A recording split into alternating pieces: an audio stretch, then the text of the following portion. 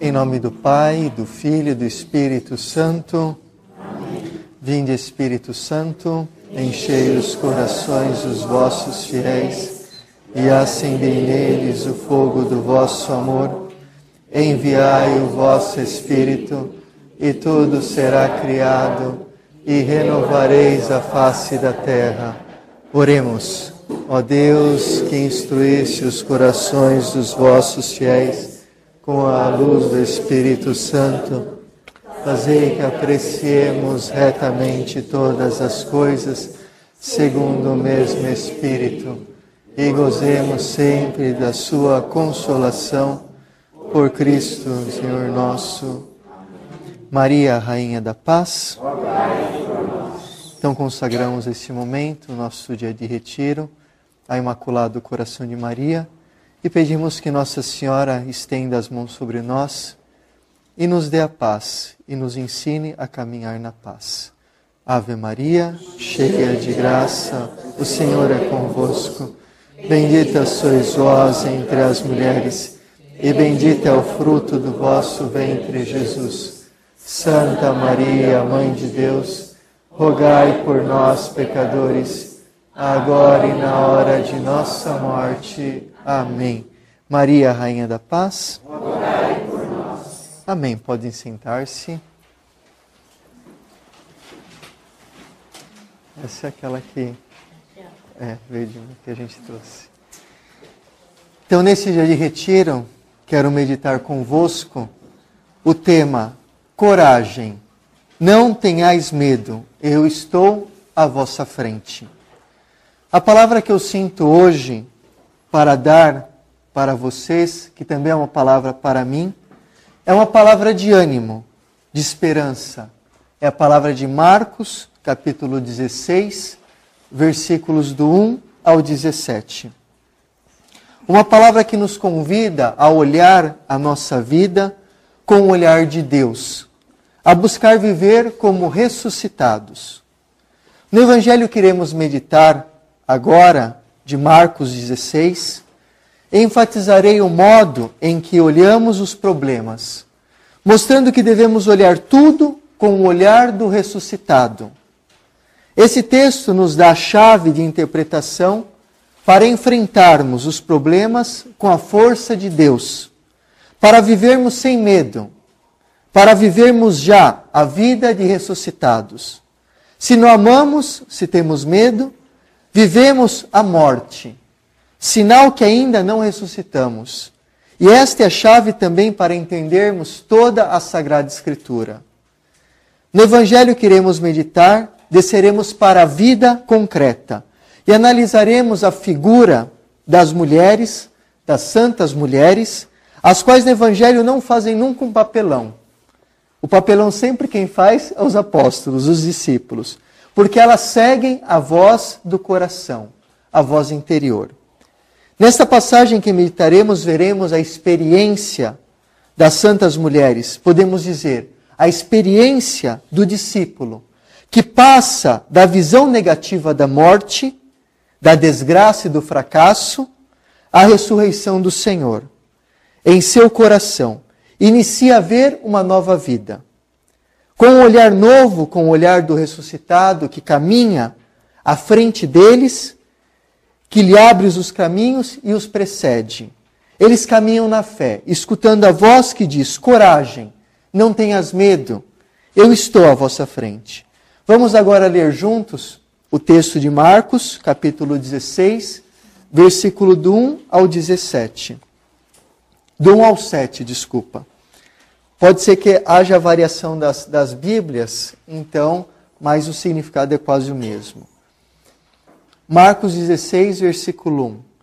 Passado o sábado, Maria Madalena, Maria mãe de Tiago e Salomé, compraram aromas para ungir o corpo de Jesus. E no primeiro dia da semana foram muito cedo ao sepulcro. O sol não havia despontado. E diziam entre si, quem nos removerá a pedra da entrada do sepulcro? Levantando os olhos, elas viram removidas a pedra, que era muito grande. Entrando no sepulcro, viram sentado do lado direito um jovem, vestido de roupas brancas, e se assustaram. Ele lhes falou: não tenhais medo, buscai Jesus de Nazaré, que foi crucificado. Ele ressuscitou, já não está aqui. Ele vos precede, eis o lugar onde depositaram. Mas ide dizer a seus discípulos e a Pedro que ele vos precede na Galileia. Lá o vereis, como eu vos disse. Palavra da salvação. Irmãos, que bela narração. Que belo sentir as palavras de Jesus. Eu vos precedo. Eu estou à tua frente e te espero na Galileia. Ele que é o caminho, a verdade e a vida, que é por excelência o ser vivente, a ressurreição, aquele que precede o nosso caminho, que caminha diante de nós, à nossa frente, como o nosso escudo. E se caminhamos seguindo-o, caminhamos na paz. E é este o anúncio que devemos dar. Pois se Jesus é o ressuscitado e me precede, ele já caminha à minha frente e me ajuda a vencer, porque ele venceu e ele lutará por mim, a meu favor, pois com ele já possuo a vitória. Então, seguindo Jesus, enfrentarei os problemas de forma já ressuscitada, saindo da morte, com a sua força, com a sua dinamis, com o seu olhar poderoso, enfrentarei os meus problemas. Sabemos que as mulheres são as protagonistas principais do Evangelho. São as três que enfrentam a morte, que estiveram aos pés da cruz, que vão ao sepulcro vazio e entram no sepulcro vazio. E ali descobrem um jovem. Que jovem é este que elas veem no sepulcro? Descobrem o anúncio e são encarregadas de anunciarem que Jesus ressuscitou e não está ali.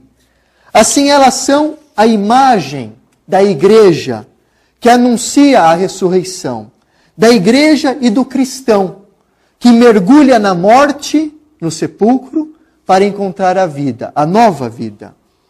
É interessante que já havia se passado o sábado. E o sábado para os hebreus é o fim da semana. Pois o domingo era o primeiro dia da semana, o dia do trabalho. E como sempre, no fim de semana, se faz festa. Se faz o churrasquinho, a cervejinha, se reúne a família, se come pizza. Sempre se faz festa. Todos fazem festa no último dia da semana, porque ali se comemora a vida, a semana que se passou. Para nós cristãos, o último dia da semana é o domingo. De fato, em latim, segunda-feira se chama feria secunda, ou seja, o segundo dia de festa. Terça-feira, terça-féria, o terceiro dia de festa. E assim quarta, quinta, sexta, para mostrar que a vida do cristão é sempre uma festa, porque Cristo ressuscitou no primeiro dia. Bom, mas voltando ao texto, as mulheres vão até o sepulcro. E é interessante que em grego a palavra sepulcro é memeion, em grego, que é a mesma raiz da palavra memória, a mesma raiz de morte, a mesma raiz de mória, que é sorte. Assim, nós todos temos uma memória comum, que nos toca a todos, que é uma mesma sorte, um mesmo destino que nos leva. O destino de cada homem, de fato, é a morte. E ela é tão presente em nós que tudo aquilo que fazemos na nossa vida é para evitá-la. Vamos ao médico para cuidar do nosso corpo. Vamos ao psiquiatra para cuidar da nossa mente. Porque a todo momento a morte está presente. E nós fazemos de tudo para evitá-la. E assim, esta memória que nos conduz a esta sorte única para todos, sorte no sentido que eu falo de destino único, ela nos chama sempre e nos impulsiona cada vez mais a buscar a vida. Porque se nós não queremos ir tão logo para o sepulcro, porque cuidamos do nosso corpo, fazendo tantas coisas, e o corpo é templo de Deus, deve ser cuidado, mas é porque no fundo nós estamos querendo cada vez mais uma vida plena. Então esta memória, este memeion, nos lembra sempre a nossa sorte, que é o sepulcro. É o nosso fim último. E assim Jesus nos ensina um caminho. O caminho de viver já aqui vencendo esta morte, como ressuscitados. As mulheres foram ali no sepulcro, pensando que ele estava ali. Ali elas encontrariam. Mas surge o grande problema. Quem tirou a pedra do sepulcro? E é o que inconscientemente nós nos perguntamos. Quem nos livrará da morte? É uma pergunta inconsciente. A pedra era o sinal da separação, da morte para a vida, da entrada do sepulcro para o caminho aberto. Agora, sem a pedra, não há mais divisão. Porque não há mais separação. Elas entram e entrando encontram um jovem. Teologicamente, sinal da vida nova. Um jovem sentado à direita. A direita que lembra teologicamente o braço poderoso de Deus, a destra de Deus. A plena potência de Deus. Um jovem em vestes brancas. Sinal da vitória, a morte que foi vencida. E esse esplendor de sinais as assustam, porque elas não esperavam encontrar a vida, mas a morte. Ele disse, não se assustem, e elas tinham certeza da morte. E a certeza cai por terra, e vem a grande surpresa. E o jovem disse a elas, vós procurais Jesus, o crucificado? Ele ressuscitou, não está aqui. Como são importantes estas palavras. Pois se ele não estivesse ali, nada seria mudado na vida. Seria apenas um como os tantos, um bom exemplo de homem que passou. Como Sócrates, como Maomé, como Buda, como aqueles que vocês quiserem. Às vezes alguns bons exemplos, mas nenhum ressuscitou.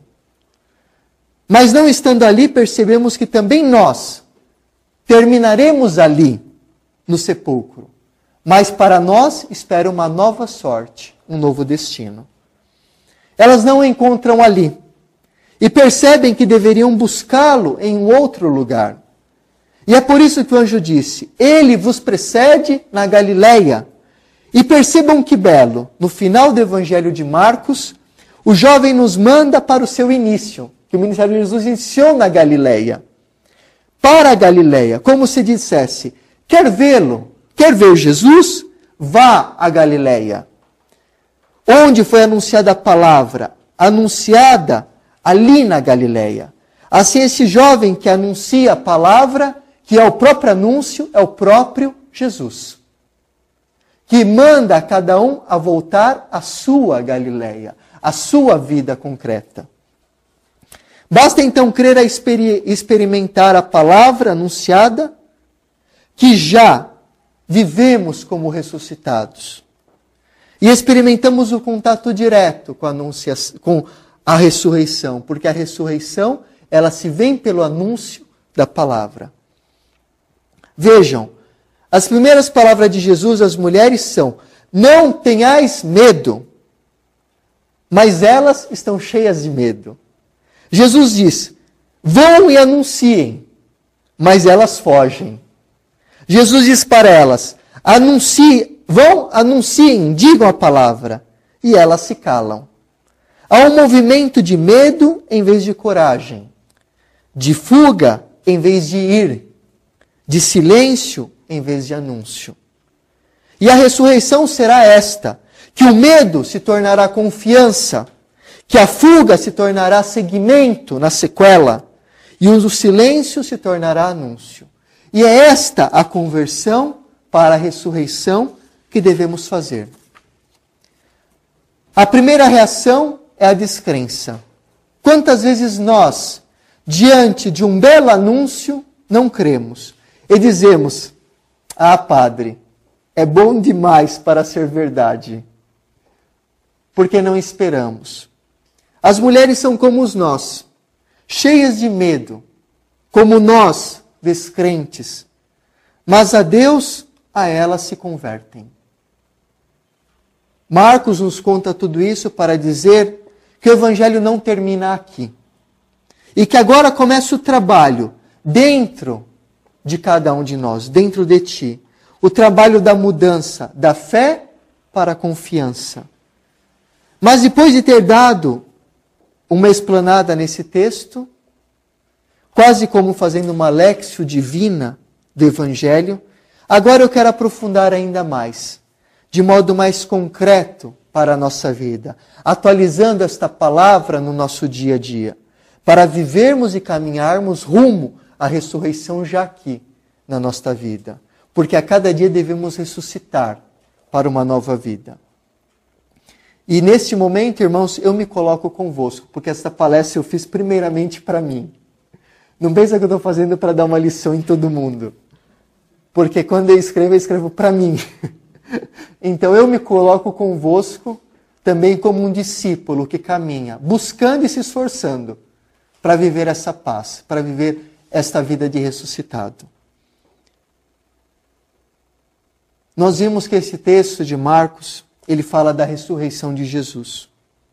Mas eu quero analisar convosco um aspecto especial desse trecho, que é o comportamento positivo das mulheres, de Maria Madalena, Maria mãe de Tiago e Salomé, as quais, diante de um problema concreto, diante de uma dificuldade real que estava em seus caminhos, fizeram uma escolha e tomaram um caminho concreto na fé.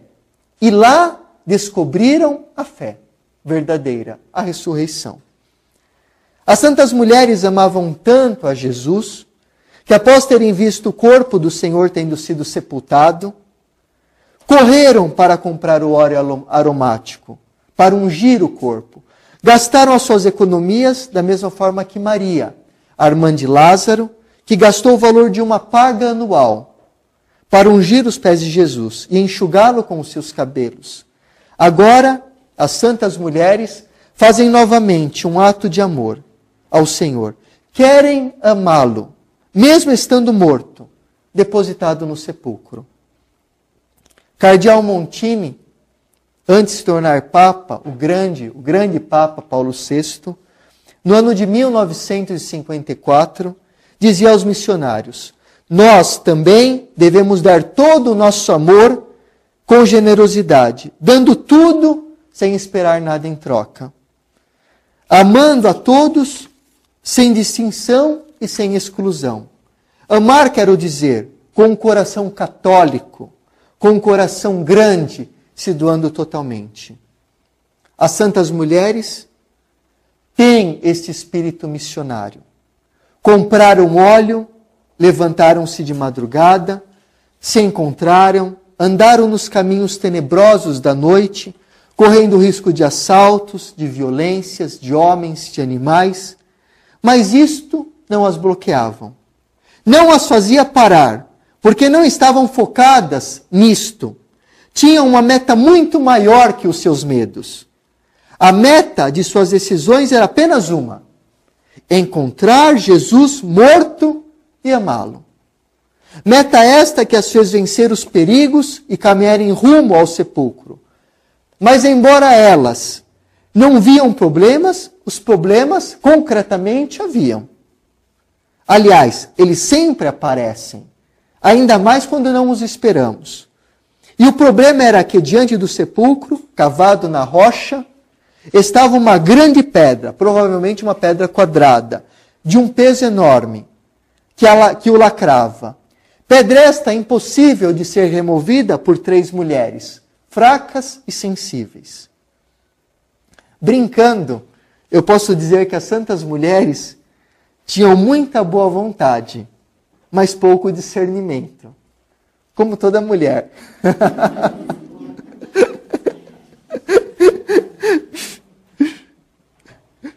Pois como elas poderiam remover a pedra diante do sepulcro? Mas como toda boa mulher, elas tinham um coração grande, um coração que amava. Uma missão impossível para elas, mas não para Deus, que já as esperava, já tinha o seu projeto, que já as precedia. Não era impossível. Mas esse problema se retém mas esse problema não as retém. Elas vão rumo à meta, seguem a inspiração que surge no coração. A voz do amor, que calava no mais fundo dos seus corações. E a coisa extraordinária é que, chegando ao sepulcro, elas veem a rocha removida. Seguiram o seu coração e caminharam na fé.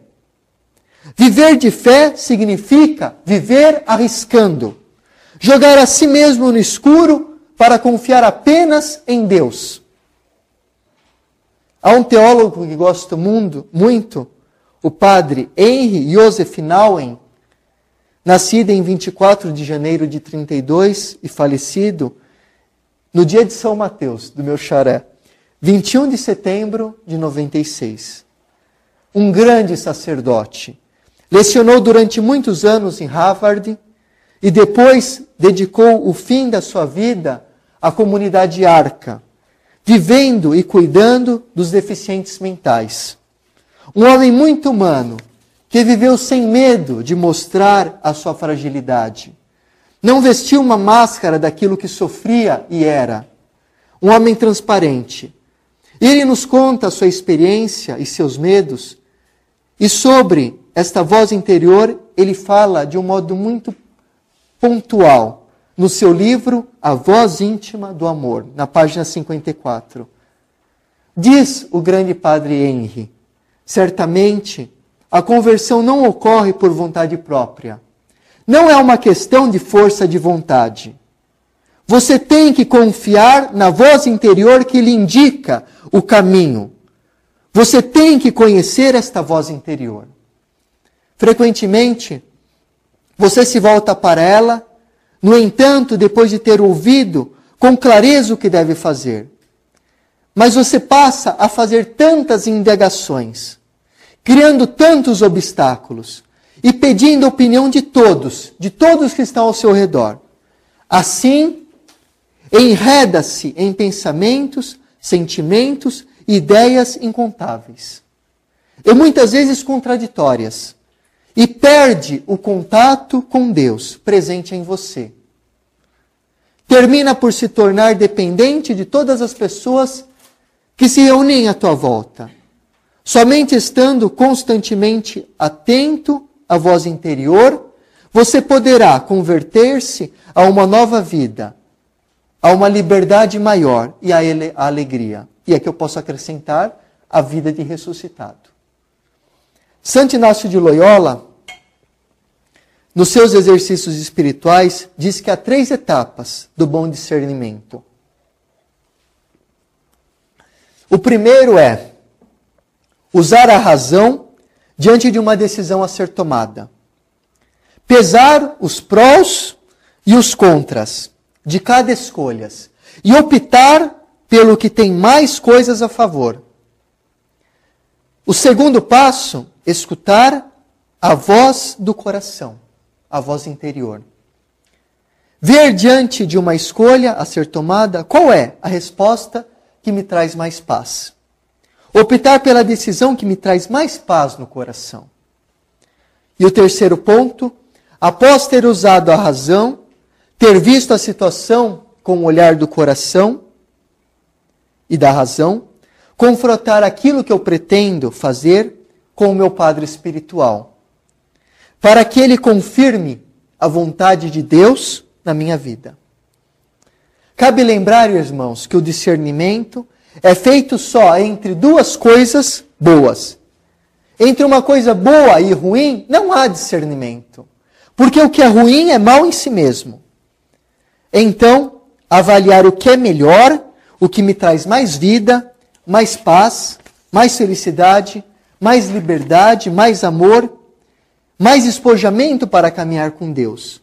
O que me dá oportunidade para amar mais e viver mais a santidade. Este é o discernimento que eu devo optar na minha vida. E que me deve levar a uma escolha concreta. Após ter dado este passo de discernimento, como dissemos, devemos escutar, mais uma vez, a voz do coração. O qual, segundo o Concílio do Vaticano II, na Constituição Dogmática Gaudium et Spes, as alegrias e as esperanças, No parágrafo 22 diz: o coração do homem é o sacrário de Deus. E nele, em sua consciência, Deus fala. Assim devemos escutar a nossa consciência, a qual é a voz de Deus nos pedindo algo, nos convocando para algo. E a voz de Deus nos fala sempre na paz.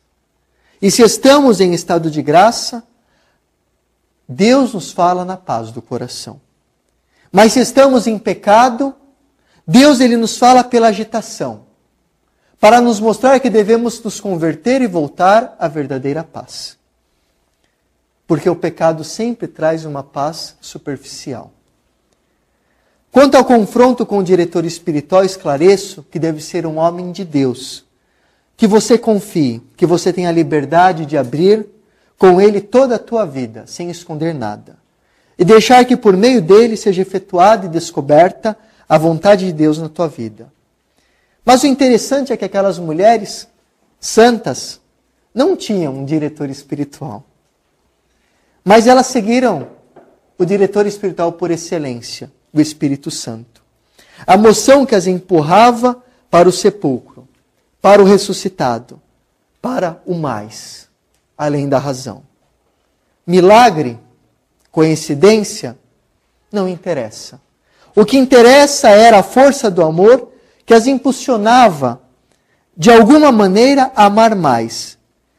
Mesmo ele morto, elas deram um passo de fé. Superaram até a limitação da razão, puramente humana, para encontrar o que elas queriam. E todas as vezes que nós amamos, nós não erramos. Quero agora me fixar, de um modo todo particular, sobre o comportamento destas mulheres, o qual posso definir, como já disse, um comportamento positivo diante dos problemas. Nós, diante dos problemas que surgem, e eu falo isso primeiramente para mim, devemos nos perguntar: como devo enfrentar esse problema? Elas não sabiam como retirar a rocha. Haviam visto, como já disse, a deposição do corpo de Jesus no sepulcro e o túmulo sendo fechado pela rocha. E embora elas não tinham força física para remover a rocha, e nem tempo para isto, pois logo iniciaria o amanhecer, elas fizeram o maior passo que podiam ter feito. Fizeram o ato de fé. Fizeram o que podiam fazer. Comprar os aromas, se encontrarem no caminho e andarem rumo ao sepulcro. E nós, como enfrentamos os nossos problemas? Damos passos de fé? Fazemos aquilo que podemos fazer? Ou ficamos como um burro empacado que não sai do seu lugar, só vendo o problema? Olhamos os problemas ou ficamos apenas olhando-os sem sair deles? Qual é a nossa decisão? Muitos, quando têm um problema, em vez de dobrar o joelho no chão e seguir as palavras dos apóstolos, dobrai os vossos joelhos cansados, firmai as vossas mãos trêmulas e suplicai ao Senhor, entram em desespero.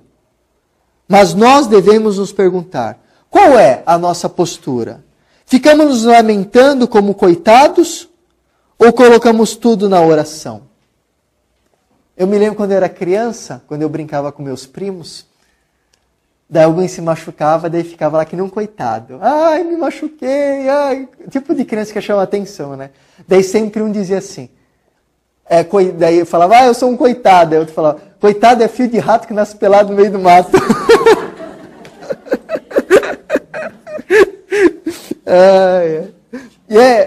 Parece que não, mas essas coisas ajudam, porque faz, outro ajuda a já sair do problema. Porque problema se tem na vida, a todo momento. Santo Inácio de Loyola, o grande general de Cristo, dizia uma frase célebre: devemos fazer tudo que está ao nosso alcance, sabendo, como se tudo dependesse de nós, mas sabendo que tudo depende de Deus. Devemos fazer tudo que está ao nosso alcance, como se tudo dependesse de nós, mas sabendo que tudo depende de Deus, para mostrar a confiança que depois nós devemos voltar para o Senhor. Posso dizer que eu, e peço a permissão para dizer nós, muitas vezes ou normalmente, enfrentamos os problemas com tanta agitação, como um peso, com a cara virada. Brigamos com Deus e com o mundo, e também com aqueles que vivem conosco. Que sai de baixo aqueles que vivem conosco, para não se tornar motivo da expurgação da nossa ira. Discutimos, quebramos o pau, chutamos o pau da barraca, queremos ter a razão. Até arrumamos desculpas para jogar a culpa nos outros, pois alguém deve pagar. Acusamos todos, nos lamentamos, e tudo isto cria mais problema, mais agitação, nos tira a paz, nos tira da presença de Deus. Para dizer a verdade, não enfrentamos, se enfrentamos assim, os problemas de forma cristã. Temos apenas uma fachada de paz, uma serenidade falsa, mas quando a bomba estoura para o nosso lado, sai de baixo. E o pior de tudo é que nos desculpamos dizendo, somos assim mesmo. E como diz o ditado, seremos assim, desde agora e para sempre. Mas Deus, ainda depois falamos, amém, seremos assim agora para sempre, amém, como uma oração. Mas Deus não quer este amém na nossa vida.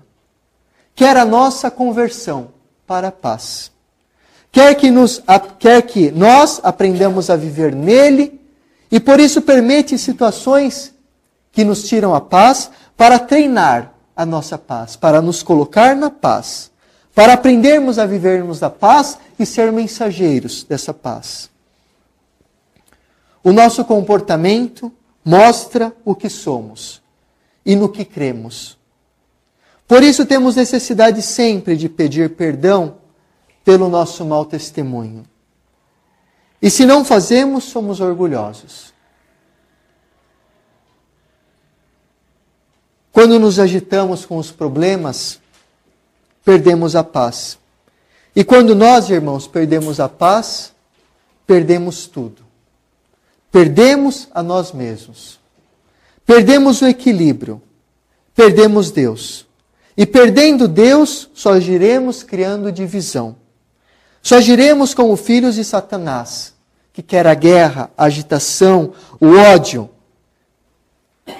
Cairemos na raiva e descontaremos a raiva nos outros. Cairemos na angústia, na tristeza, na agitação. E também tiraremos, por consequência, os outros da paz. Tudo porque não conseguimos resolver os nossos próprios problemas. Problemas, muitas vezes, que nós criamos, fruto do nosso erro ou do nosso pecado. E deixamos, então, de entrar no pensamento de Deus, que fala na tranquilidade, não no barulho, para nos agitar e para agitar o outro. E assim pecamos ainda mais. Mas Satanás, ele gosta dessa nossa agitação. Porque ela não nos leva ao silêncio, à escuta da voz interior de Deus no nosso coração. Ela nos cria e nos faz viver no barulho, na fuga, na compensação. É por isso que muitos jovens hoje vivem só no rock, no barulho, não sabem fazer 1 minuto de silêncio, porque não querem pensar. E Satanás quer deixá-los assim, sem pensar. Alguns têm medo do silêncio porque não querem encontrar também o que tem no próprio coração. Tem medo de enfrentar os seus problemas. Então é mais fácil fugir. Mas Deus não quer que você fuja, mas que você pegue o boi pelo chifre e enfrente este boi com a graça dele.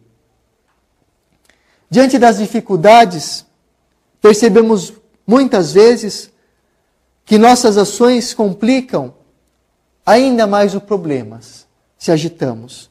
Mas eis o que diz o Senhor para nós no livro do profeta Isaías. Isaías 30, versículo 15. Diz o Senhor, o teu Deus, o Deus de Israel, é na conversão e na calma que está a vossa salvação, e no abandono confiante a vossa força. É na conversão e na calma que está a vossa salvação, e é no abandono confiante a vossa força. Irmãos, Não devemos nos agitar. É na calma que está a nossa força e salvação. A nossa resposta é na calma que devemos enfrentar e afrontar os problemas. Não é com agitação, com desespero. Pois quando somos agitados, complicamos ainda mais as situações. Criamos mais problemas. Devemos ter o cuidado para não ver o problema em tudo. Porque muitas vezes também criamos problemas em tudo. Vemos o problema cada vez maior. E assim nos agitamos. Perdemos a paz. Há pessoas que são elas mesmas o seu próprio problema. Sabem por quê? Porque no seu coração está um caos, está agitado. Então tudo ao seu redor vai se tornar caos e problema. Isto para não dizer que também há pessoas que colocam uma pedra em cima dos seus problemas e vivem com o coração pesado, cheio de problemas mal resolvidos. Problemas guardados durante anos. E esses problemas vão se acumulando até estourarem em uma depressão, em um câncer, em um desequilíbrio psíquico, mental. E é importante dizer que não é o outro um problema para nós, mas somos nós mesmos os nossos problemas. Isto falo não como psicólogo, que não o sou. Não conheço muito de psicologia. Mas falo como cristão, que se esforça em enfrentar o seu problema. É na conversão que está a nossa força, diz o profeta. É no abandonar-se a Deus, ou seja, dando um passo no Senhor, sem ver nada, dando um passo no vazio, sem saber o que está abaixo dos nossos pés. Mas é assim que nós mostraremos a confiança. Pois, dando esse passo, sabendo que o Senhor, ali, se vê nós darmos o passo, Ele colocará o degrauzinho abaixo do nosso pé para nos conduzir. Pois, como diz o Salmo 90, Ele te sustentará para que teu pé não tropece em pedras e nem pise em serpentes. Assim, o Senhor, Ele deve ser a nossa rocha, o nosso degrau onde apoiamos. E como diz o Salmo, não coloque a tua força nem nos carros, nem nos cavalos. Mas o Senhor, o teu Deus, o Deus de Israel, o Deus do impossível, a nossa força, a nossa conversão está no nome do Senhor. E eu te digo, irmão, você deve ter a coragem de pedir também o impossível para Deus. Porque o nosso Deus é o Deus do impossível, o Deus grande. Muitas vezes, nós criamos tantos problemas, ficamos tão preocupados, sempre com mais problemas, mas não pedimos a Deus a intervenção. Pois se pedimos, Ele nos responde imediatamente. Pois achamos que o problema é grande demais para nós. Hoje mesmo de manhã aconteceu uma coisa aqui no mosteiro que, logo que aconteceu, justamente hoje que eu ia fazer essa palestra da agitação, para ver como Deus, Ele quer que eu ainda caminhe muito. Meu coração na hora se agitou, entrou em desespero por dentro. Me senti tremer por dentro. Mas depois eu me recolhi em oração. Eu vi que era tudo uma aprovação por causa dessa palestra. E eu vi que era o Senhor também me provando. E orei. Orei e falei na minha oração profundamente com o Senhor, depositando minha confiança toda nele. E falei, Senhor, eu quero que o Senhor me dê uma resposta disso que está acontecendo. O mais rápido possível. Deu 10 minutos, eu recebi um telefonema. Que me respondeu tudo. Toda a incógnita naquele problema que estava sem resolver, que eu não sabia nem como resolver. Mas o Senhor escutou a oração. E depois que eu rezei, eu me coloquei na paz. Que eu falei, Senhor, eu estou fazendo tudo que está ao meu alcance. Eu fiz tudo o que eu podia, não posso fazer mais nada. Agora eu espero em Ti. E coloco a minha confiança em Ti. 10 minutos, o Senhor me respondeu. Um problema que eu posso dizer para você, não posso dizer qual que é, mas que aos meus olhos estava impossível de resolver. E o Senhor responde. E isso me fez para... Eu vi, foi também, Deus me fez para me mostrar o quanto eu tenho que caminhar ainda. Devemos ter calma, devemos controlar e discernir as nossas preocupações. A palavra preocupação significa ocupar-se antes de algo. Ou seja, pré-ocupar-se, pré-ocupar a mente. Ocupar a mente com algo que ainda não aconteceu. E isso causa muita ansiedade e desgosta muito o nosso interior. Porque tem pessoas que vivem totalmente ansiosas. Vivem numa ansiedade que não se controla. Tem que fazer tratamento médico. Porque vive ocupando as suas coisas de coisas que ainda não aconteceu. A preocupação nos destrói. Muitas vezes a preocupação cria mais problemas que ainda não existem. E ficamos ruminando como resolver esses problemas que ainda não existem, que pode ser que apareçam. Mas não temos, assim, o equilíbrio de perceber que estas preocupações não existem e estão sendo criadas apenas por nós mesmos. E veja que interessante. O problema mais grave que devemos enfrentar não são aqueles que existem de forma concreta, mas são aqueles que ainda não existem, ou seja, que nós criamos. Pois criamos muitas vezes esses problemas maiores até do que aqueles que devemos enfrentar. E a esfera do nosso pensamento fica apenas girando em torno do, e se acontecer isso?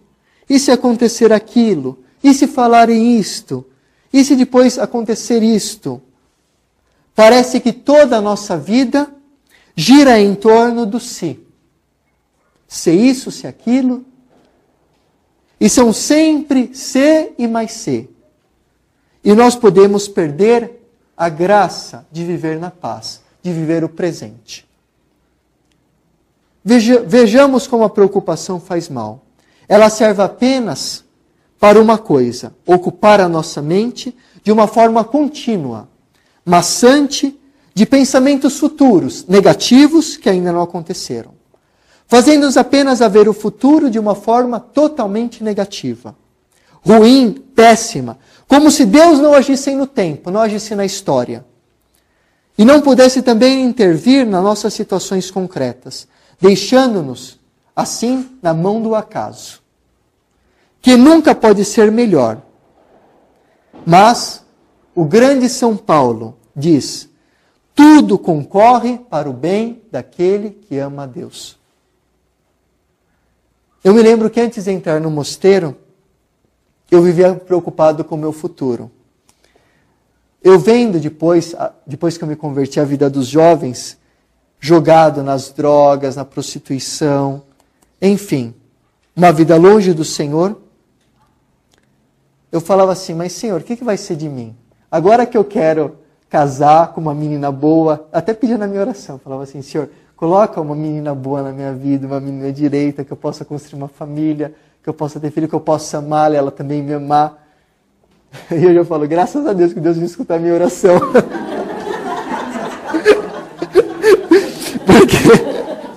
Porque eu sou tão feliz de ser padre, que eu vejo que não tinha coisa melhor para acontecer na minha vida. Não tinha.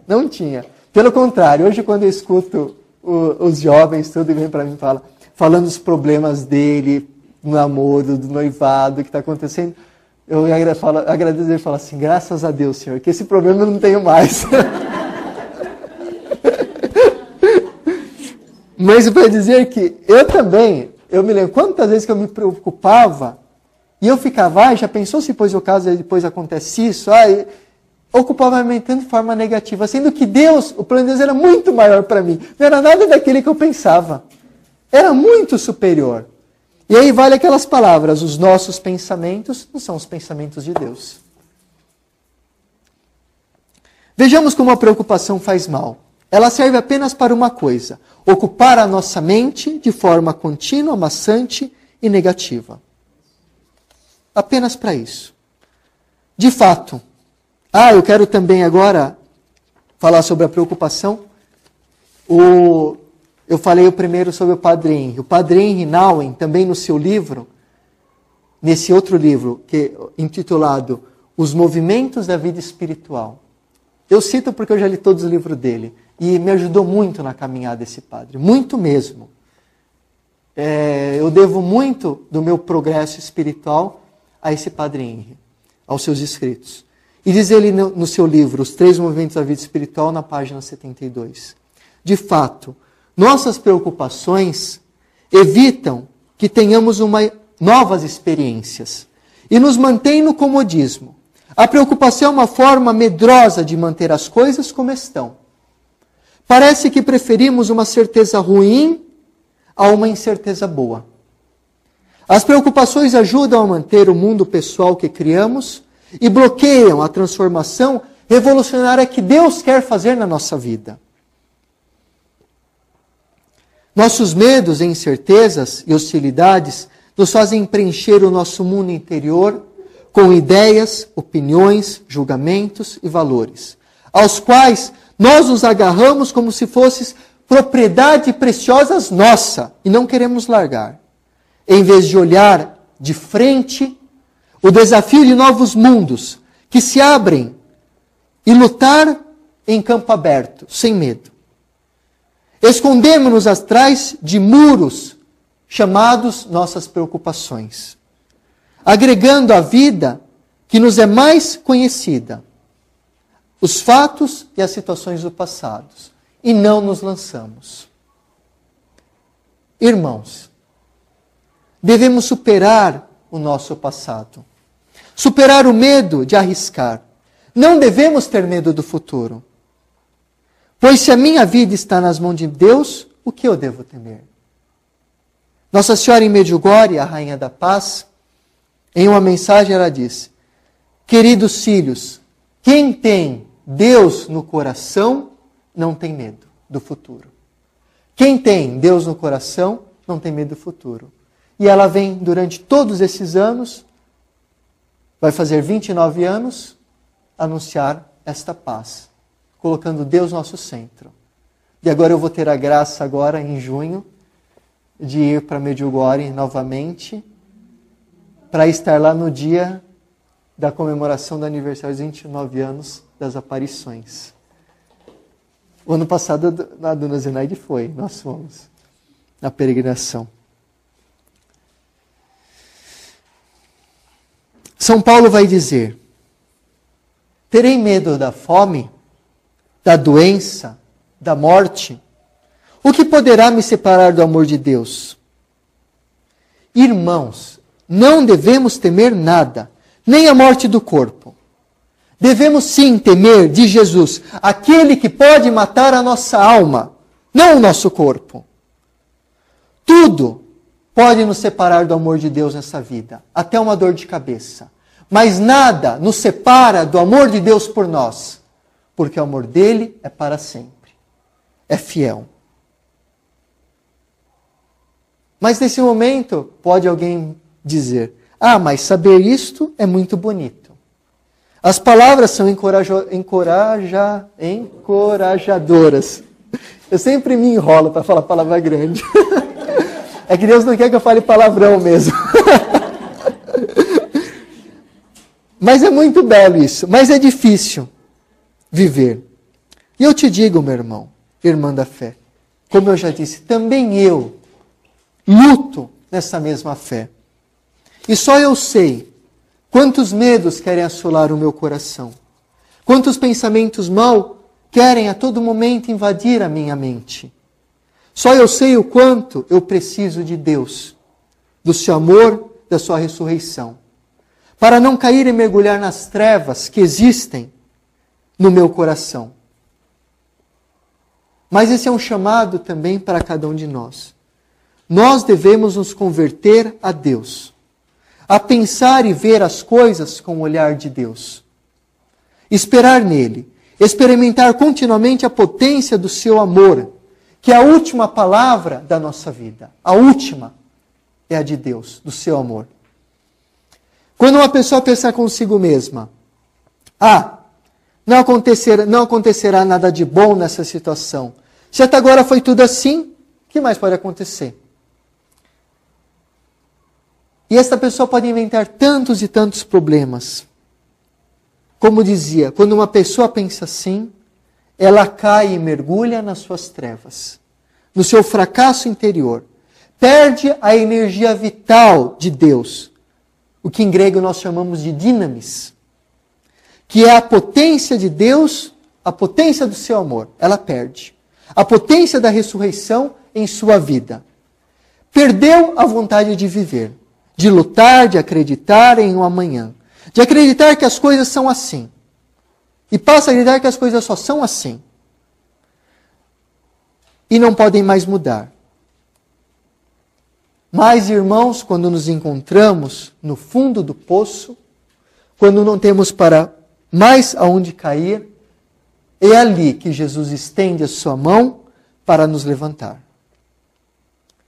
O pensamento acima é um pensamento extremamente negativo, de só ver o lado negativo, o mal da situação. É de Satanás, porque é triste, apaga a alegria e a esperança do nosso coração. Apaga a confiança de abandonar-se totalmente nas mãos de Deus e esperar nele. Nos torna um depressivo. Mas como diz o Salmo 36, um salmo muito lindo, é o salmo que eu mais gosto, nos ensina algo belo e diz: coloca a tua esperança no Senhor, confia nele e com certeza ele agirá e dará aquilo que pedir o teu coração. Olha que lindo. Coloca a tua esperança no Senhor, confia nele e com certeza ele agirá. E ele dará o que pedir o teu coração. Diante desse pensamento negativo, devemos gritar, nós mesmos, a palavra de Paulo, de Filipenses 4, versículo 13. Tudo posso naquele que me fortalece. Se nos momentos de tristeza, decepções, repetíssemos essa frase, este canto, desceria sobre nós o Espírito Santo. Tudo posso naquele que me fortalece. Cadê o Willi? Está aqui? Willi, vamos cantar essa música? Tem na folha, a música é a primeira. Vamos cantar. Vamos ficar de pé.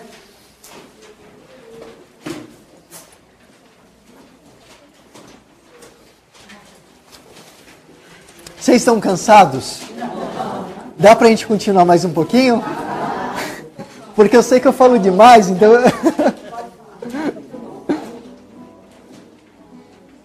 Vamos, Ili.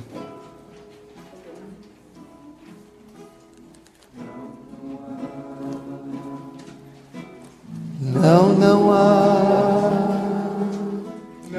mal que me possa vencer. Não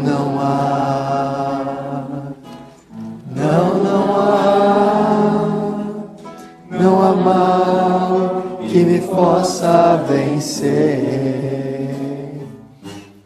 Tudo posso naquele que me fortalece. Tudo posso em Jesus Cristo. Tudo posso naquele que me fortalece. Tudo posso em Jesus Cristo. Nenhum problema, nem meus pecados poderão superar o amor de Deus. Nenhum problema, nem meus pecados poderão superar o amor de Deus. Deus é maior que tudo que me acontece. Deus é grande, supremo Rei. Deus é maior que tudo que me acontece. Deus é grande, supremo Rei.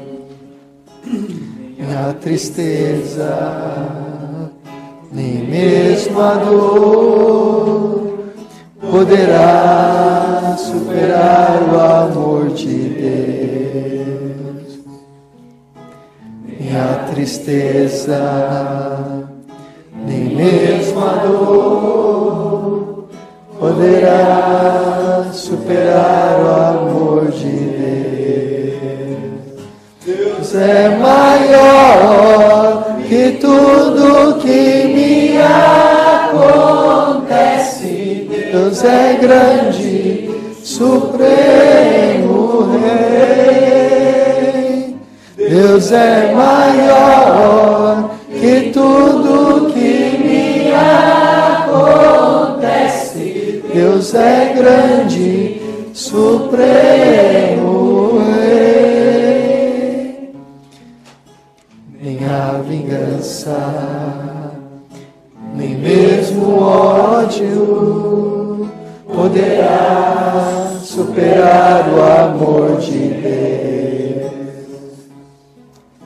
Nem a vingança, nem mesmo o ódio poderá superar o amor de Deus. Deus é maior que tudo que me acontece. Deus é grande, supremo Rei. Deus é maior que tudo que me acontece. Deus é grande, supremo Rei. Maior que tudo que me acontece. Deus é grande, supremo Rei. Amém.